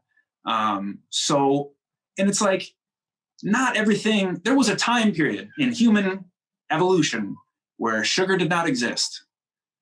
I mean, it existed. I mean, we didn't, distill it, granulize it or whatever, put it in everything. Well, there was a time when we didn't eat like that. Yeah. But now everything you eat all the time has it. So it's like, what's going on here? And there are all these symptoms that come and go when you take it out. And they're just like physical issues and physical changes that happen rapidly. So yeah, you said you've been wanting to do this for a while, right? Or you've thought of it. What are some of the reasons that you even considered it if you hadn't done it before? It actually became very obvious what sugar does to your body because of my allergies. I'm now allergic to everything. And it really boils down to inflammation. Like sugar directly inflames everything in your body. And when your body gets inflamed, it has there's a biological response to reduce that inflammation. So it clouds your mind. So that's one thing, is the inflammation clouds your mind. It makes you feel physically weak. Yes. It reduces your energy levels. Yes. So all these, like right now, I'm not at my optimal self because I've been eating sugar, and my allergies, everything gets inflamed inherently when I'm just living now. Like literally just living inflames me, right? Yeah. So the sugar on top of that makes it worse and worse and worse. So that's why I take turmeric all the time. I take turmeric allergy pills to reduce inflammation. So basically, if I was to somehow get rid of all of the inflammation in my body, I'd feel great. And one of the only ways to do that is to cut out sugar. And it's like you said, there's even like my mom was having some of the same type of issues, and she went through the same thing, which is it all stemmed from what she was eating. Yeah. Like she can try putting all these Band-Aids on it, taking all these pills and all these different things, but really she cannot eat anything. Like she there's very specific things she can eat. And she went through this whole elimination diet, which so did I. I went through an elimination diet where you basically start with nothing. You start with just see what affects you as you go along, and you can't eat cheese. You know it, whatever. Exactly. And why can't you eat cheese? Because it inflames your body. Because there's an allergic reaction that inflames your body, and you can't eat cheese. So exactly. Same thing with sugar. It's like when you said there's even like apples. Apples just have natural sugars, but even that sugar inflames me. So it's like, and it's all right in natural moderation. Like we evolved out of a thing that probably saw an orange like once a year. You know what I mean? Yeah. Or whatever. Maybe not all cultures. Some people had coconuts nearby all the time, or whatever it may be. But I'm just saying, like, as hunters and gatherers and things like that, we weren't made to be running on sugar. Well, and also you got out of that. We can tolerate a lot, but We're not And running optimally. you also have to remember, because of mass production of vegetables and fruits, where the single crop farming, where they're using the same land, tilling the same soil year after year to grow the So the same actual thing. food gets weaker over It gets generations. weaker because it's not pulling it's already taken all the nutrients out of the soil. Yeah. And now they're just using that same not nutrient dense soil. And then they're putting chemicals to make it grow better and to get the bugs off and whatever. And you're eating all that shit, and you're eating, and pivoting back, the Kanye thing, that episode, he was talking about, did you brush your teeth today with fluoride toothpaste? That's like another thing too, man. I mean, that's in all water. And I don't know if I said this here in these episodes, but fluoride in gas form was something that the Nazis experimented using on the Jews to keep them docile. And it's in all of our water that we drink every day. It's in toothpaste that you start and end your day with, and it affects the pineal gland, which is a fact that they can see somehow. I'm not a scientist, and that pineal gland is what produces DMT. It produces all those enlightening, energetic, whatever's going on in our human, machine. Fluoride turns that off. Yeah. And then you put sugar on it, and then you're getting all these diseases. You take these pills, and then the plants got pills, and the animals have antibiotics, and there's acid rain and chemtrails and the whole thing. And so we're asking, how do we get out of this? I don't think it's possible to get out or to concentrate enough energy to make that jump out unless you start dropping things within this wavelength, or whatever you want to call it, this part of the pyramid, like sugar. Like, yes, everyone is here. That's their experience of life, their feeling of, this dimension of reality, or whatever it is. But I'm dropping out of that, which affects everyone now. Yeah. Exactly. So it starts with the individual. You got to clean up your always. plate. Yep, for sure.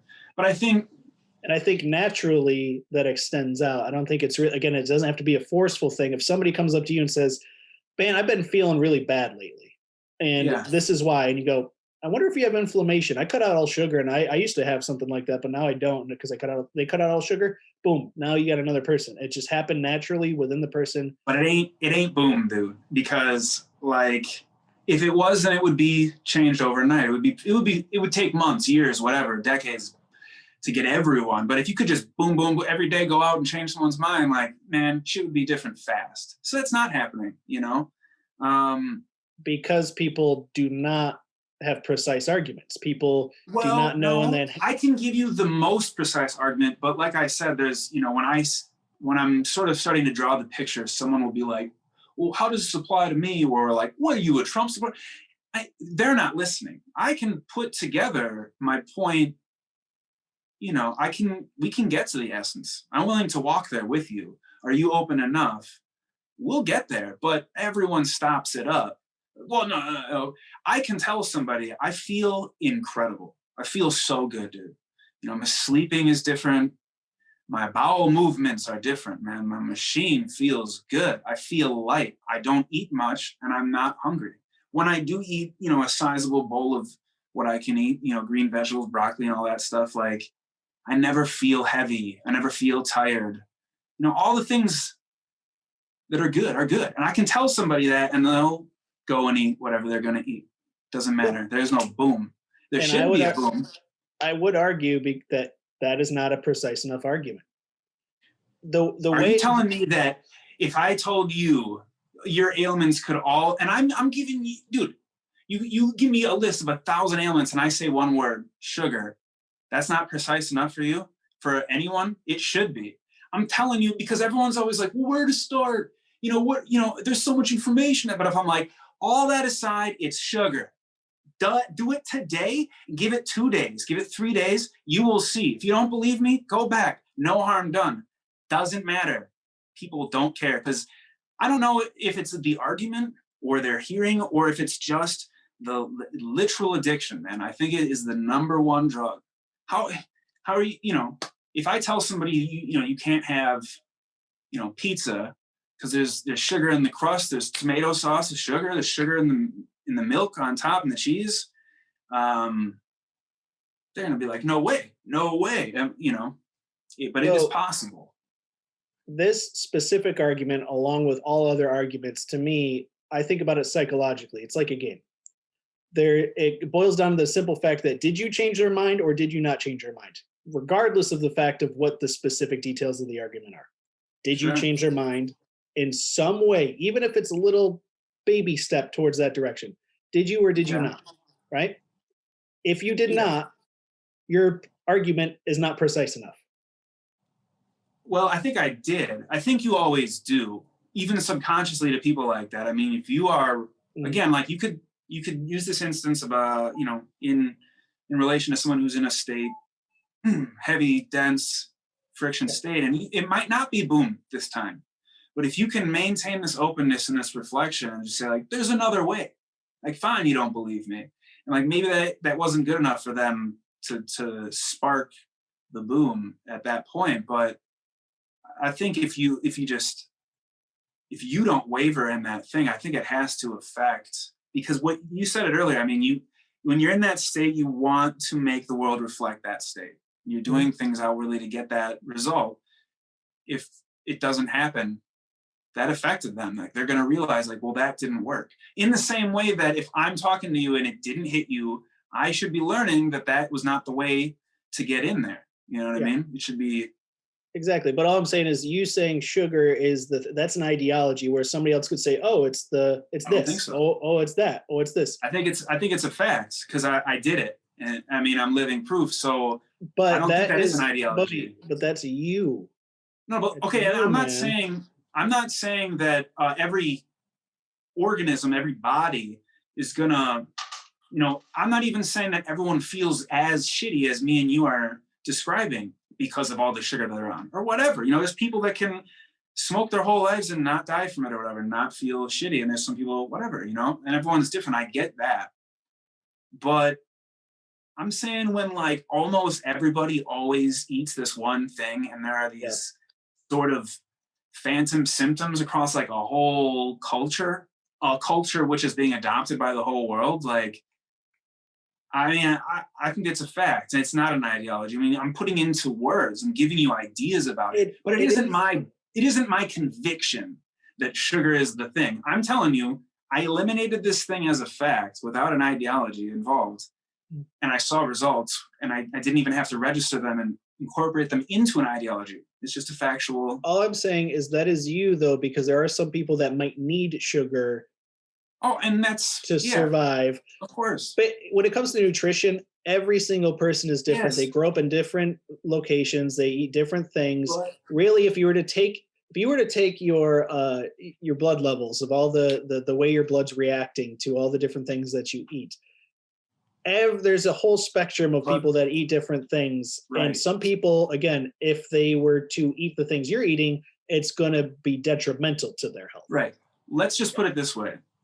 This is true. I mean, if your body, because you are not putting things into it which are compatible with your body, it then creates an acidic environment where diseases grow. That's a fact. Now, it might be that if I continue to eat meat, that's going to happen to me. And it might be that this person, they need the meat. And like, that's fine. But I'm just saying, if you're not, in equilibrium with, what's going on here, an acidic environment will, be created. And there's just, that's inflammation. That if you are not in an acidic environment, if you are alkaline, you are not inflamed. Simple as that. And I'm saying sugar inflames, my hypothesis, a lot of people. My suggestion to them without any ideology is, can you try it without it? It's hard as fuck, but I guarantee you'll feel good. I would extend that argument, and this is what I'm talking about, more precise argument. I would extend that argument into the fact that everybody has a different combination of things that they need to function optimally. To find that combination of things is very, very hard. It takes a lot of discipline. Because of the will, because of desire. Because of desire, will, and because my mom went through the same thing. There's things that my mom can eat that I can't eat. There's things that I can eat that my mom can't eat to function optimally. And for each person to figure that out, you can go to authority figures and that tell you, oh, if you just eat this, this is a healthy, balanced meal, and then blah, blah, blah. No, the generalities do not work. It actually really goes down to the individual and finding that Always. truth for yourself of what actually works and what will help you be optimal. I guess it wasn't, it's not really that I'm advocating like, don't eat sugar, everybody. I'm just saying that this concept that an acidic body gives these results. And so I've been trying with that. I've listened to these people, I've tried this or whatever, and I'm doing one that's different. I still say this because I'm talking to one friend about it, how I'm feeling and all that kind of stuff. And I still really, really, really want what I know doesn't make me feel good. And that is my job to say, this is the end of the yard and there's a shop collar here. And within those boundary lines, you still have, I could drink, well, alcohol is kind of a part of this scenario, but if it was just sugar, I mean, you could find some grain alcohol that is acceptable. You could still have your sweet pills. Yeah. You'd still party or whatever, but you're keeping this one element in check. And I think it's sort of a foundational element because sugar's in everything. You just say none of that. You can do anything else for now, but just not that. Just don't cross that line. And it's hard, but I continuously still feel good. And I know what lies when I. Yeah. So what I'm trying to bring out of you is the fact that you found your thing. And I'm very glad you found your thing because again, I relate. I get it because that is it's actually one of my many things because there's other things that inflame me as well for different reasons, but you found your thing. So to change somebody's mind is not to impose that this specific thing could also be your thing. The way to change people's minds is to go, I know I have a thing. Mm-hmm. Your thing may be completely different from mine. Let me help you figure out what that thing is. And then by helping each other figure out what that thing is, you blossom that inherent change within the person. And it's the same. If you switch this over to politics, they have this, I'm a Republican, I have this ideology. I'm a Democrat, I have this ideology. As a Democrat, let me try to force my view on you. No. Right. Why is this Republican ideal, this one, pinpoint anything? What's your thing? I'm a Republican because of, I believe in pro-life. Okay. You believe that serves you optimally, right? That's why you believe that. You've reasoned it out. That serves you that way. Why does that serve you that way? You get into that conversation. You get into that. Right. Let's find your thing, man. Let me help you find your thing. Even if you think you found your thing, I might have a different experience. Yeah, and that's the blossoming. Yeah, I could learn something right back at the same moment. That's what I'm trying to pull out. It's not even about the sugar itself. Yeah, let me help you blossom. Yeah. So no matter what that is. And I have to accept that if you start blossoming into a completely different ideal than I had in mind when I began helping you blossom it, that's just the way it is. And maybe you're going to both take that road together, So, yeah, man. And I think this goes back into the conspiracy, just like the reason that I'm interested in them and want to talk about them is not, like, it is fascinating to me, this one pinpoint of the world's flat or whatever, or any of them. They're all fascinating to me. My point to bring up these things isn't to be like, it is flat or else, pal. It's not like that. It's just, if the person is listening wide enough and not really focused on the pinpoint per se, if they know how to listen, then it might be enough for them, but it depends on how they're listening, because it's not the fact that the world is flat. It's the fact that there is an experience of life that is, more peaceful, more optimal outside of what you think are the boundaries, and so you're using all I'm advocating is an expansion of all of the ways you could expand as a human being to live optimally. And I'm just bringing this up as this is my thing. You're using a controversial idea to drive home the point that we need to think and talk about these things no matter what. And it's one of those where there's certain things like, do you like cats or dogs? How big of a conversation can we derive out of that to drive home the point that we need to think and talk about things? the earth is flat. Okay, now I'm engaged, man. Like, Right, what are you right. talking about? You know, and it's just So like, yeah, you kind of, it's shocking to, and that's why I think yeah, that makes a better argument than other things to be like, did you hear that there's a large number of people who think the world's flat in this day and age? To somebody who's like, huh, what? It might catch them, you and know. instead But of saying, and then you lead them into, instead of saying, oh, that's just a dumb idea, you're like, but is it, can you describe to me how you know wholeheartedly that it isn't? Like, right, right, how do you right. talk about that? How are you so indoctrinated to the other side? Like, that's what I, and again, we focus on those things, and that's what we try to get Right. other people to focus on those things, but they don't even realize that until you have to engage. You have to be a part of the You have to make the conversation. mistake in order to see it, to, you know what I mean? Yeah, Like, exactly. Because me and you, we're on a needle. We're just like, sure. flat Earth, round Earth, and depending on what we hear, we could Yeah, flop yeah, either way. But most people aren't like that. They're like here or here, and yeah, start getting people to realize that you can go for sure. any which direction, depending on, and it doesn't even have to be. Like, this is what I keep getting at with you, is it doesn't have to be fact. It doesn't have to be either or. It could be Well, okay. I mean, the intent can drive the needle sure, sure. to opt. This is actually a Jordan Peterson principle. For him, truth is what serves us optimally in the situation. Right, right. You can say the ball's bouncing, but if I know that I want the end goal to be that the ball remained at the top of the stairs and didn't go to the bottom of the stairs, for me to say the ball didn't bounce serves me as my truth in that moment. And if I get But it's enough, not true though.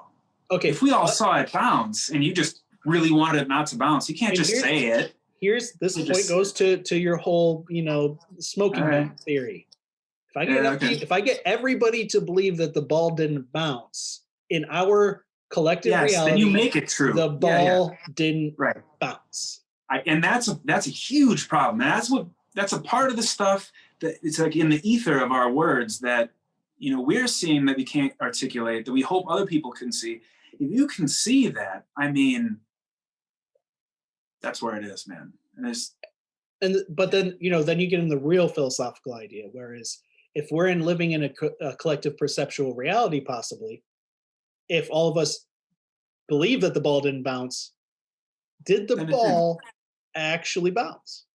I mean, when I say simulated, I mean, again, I don't think that we are, you know, a very vast computer system as we think of or whatever. It's not sci-fi to me, but if you say that, even if the ball bounces and one person like the smoking man says it didn't and everyone buys it and makes it true, that is the simulation that we live in. It's like Plato's cave. The cave is real, the fire is real, the shadows are real, outside of the cave is real, but the idea that that the shadows are what reality is and that it's just that. And that's why I'm saying about facts. You know what I mean? Like for the dude who's chained up in Plato's cave, like, yeah, that's his reality, that's his truth, but is it the fact? Absolutely. You can leave the cave. I think this is a perfect place to end, Uh, because I said I yeah. wanted to talk about politics and I wanted to talk about technology. We got nowhere near technology today because there's so much to unpack with politics, and we're starting to get into it. And when you just said that, simulation is not a sci-fi thing, is that I believe we are in a simulation, Like a sci-fi 100%. thing. But All again, right. when I say that word, I have to unpack it. Yeah. There's Yeah, let's define it, it's find the out. only word that I can use to describe, that can easily describe, put a picture in your brain of what we're in, because it does describe it very well. But there's philosophical implications that make it so Yeah. it's there's more nuance. It's more All right. complicated than just saying we're in a computer. I don't think All right. again, technically we are in a computer, but also you cannot use that word at the same time. So Well, I would try not to, because the word is not the thing, man. No matter how close. exactly. So We I want to have get to into use that it. next podcast, and I'm going to All use right. like 20 different words. Just Yeah, to, yeah. Let's bring them out. yeah, because I like that whole idea of the transhumanism. where that could take us in a direction as the human race, but also at the same time, it's a reflection of what we already are. And I want to get into that, what that means, A lot of implications, man, a lot of facets. I still think we're having like one big old conversation and this whole thing. They're just little that's all it avenues. is. Yeah.